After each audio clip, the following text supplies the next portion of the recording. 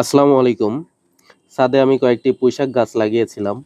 কিন্তু এই গাছগুলার আসলে তেমন পরিচর্যা করা হয়নি। আর এই কান্ডগুলো আমরা বাজার থেকে যে পুঁইশাকগুলা কিনে নিয়ে আসি, তারই কান্ড। তো এখানে বেশ কিছু আগাছা হইছে। তো এই আগাছাগুলা পরিষ্কার করে দিচ্ছি। আপনাদের বাসায় যদি এরকম কোনো গাছ থাকে এবং তাতে যদি আগাছা হয়, তাহলে সেগুলো আপনারা এভাবে তুলে ফেলবেন। মাঝে মধ্যে পারলে একটু সার প্রয়োগ করবেন। এই যে আগাছাগুলা তুলে ফেলতেছি। এই আগাছাগুলা কি করে? গাছের জন্য যে পুষ্টি উপাদান প্রয়োগ করা হয়, সেগুলা গাছের পাশাপাশি এই ঘাসগুলা বা আগাছাগুলাও গ্রহণ করে।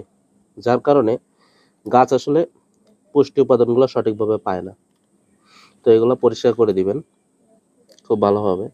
আবার এখানে দেখুন, এখানে কয়েকটা লাগিয়েছিলাম। এই যে এটা মারা গেছে। এটা হয়নি, এটা বাঁচেনি। আচ্ছা, এখানে রয়েছে আরো কয়েকটা। পরিষ্কার করা হয় না আগাছাগুলা। এখানে রয়েছে কয়েকটা মরে গেছে। এই ঘাসগুলো উঠতেছে না, খুব শক্ত।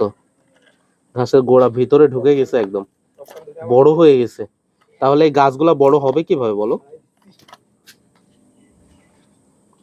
ওকে, থ্যাংক ইউ। ফলো দিবেন।